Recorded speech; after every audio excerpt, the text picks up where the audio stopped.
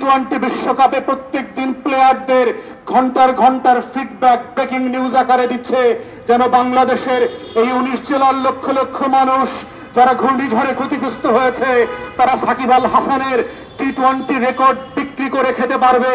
Lakh lakh hectare ফসলের জমির ফসল যাদের নষ্ট হয়ে গেছে তারা রিয়াদ আর সাকিব আল হাসানকে বেচে 2 টাকার লাভ তাদের হবে না।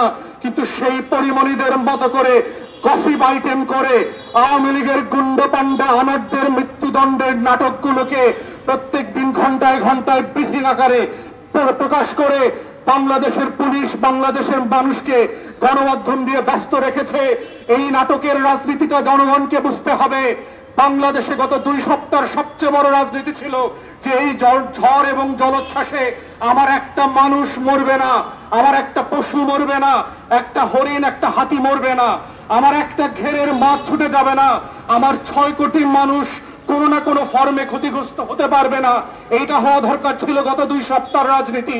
কিন্তু আমরা দেখলাম বাংলাদেশের এই অবুঝ দাস দাসীদেরকে গত 2 সপ্তাহ থেকে আনার্গের রাজনীতি খাওয়াচ্ছে।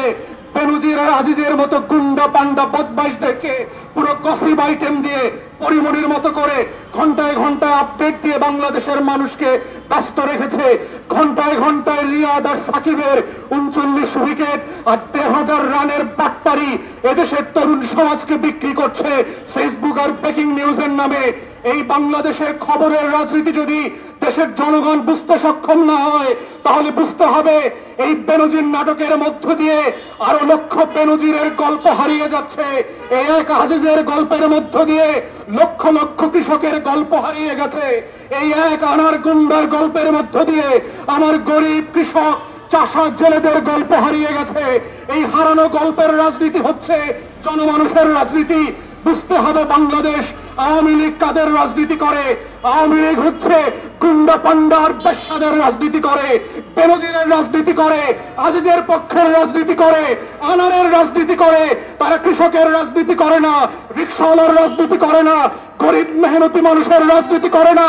যার রাজনীতির জন্য বাংলাদেশ স্বাধীন করা হয়েছিল সেই মুক্তিযুদ্ধের চেতনার রাজনীতি গত 2 সপ্তাহে আমরা দেখলাম রিয়াদ আর সাকিবকে দিয়ে হারিয়ে দেওয়া হয়েছে। এটাই হচ্ছে বাংলাদেশের রাজনীতির ব্যর্থতা। আমরা জনগণকে বলছি আপনারা সতর্ক হন। ফেসবুকে সাকিবকে দেখে রিয়াদকে দেখে ব্যস্ত থাকবেন, আনারের মতো গুন্ডা পান্ডার গল্প পড়ে ব্যস্ত থাকবেন, নাকি বেনজির আর আজিজের মতো বদমাইশদের গল্প পড়বেন, নাকি 19 জেলার সেই লক্ষ লক্ষ কৃষক মজুর জেলে আর গরিব মানুষের গল্প পড়বেন? কোনটা আপনার গল্প, কোনটা আপনার মনুষ্যত্বের গল্প? এই গল্প বোঝার মধ্য দিয়ে হচ্ছে বুঝতে হবে আজকে কোন ধরনের বাংলাদেশে আপনারা বাস করছেন।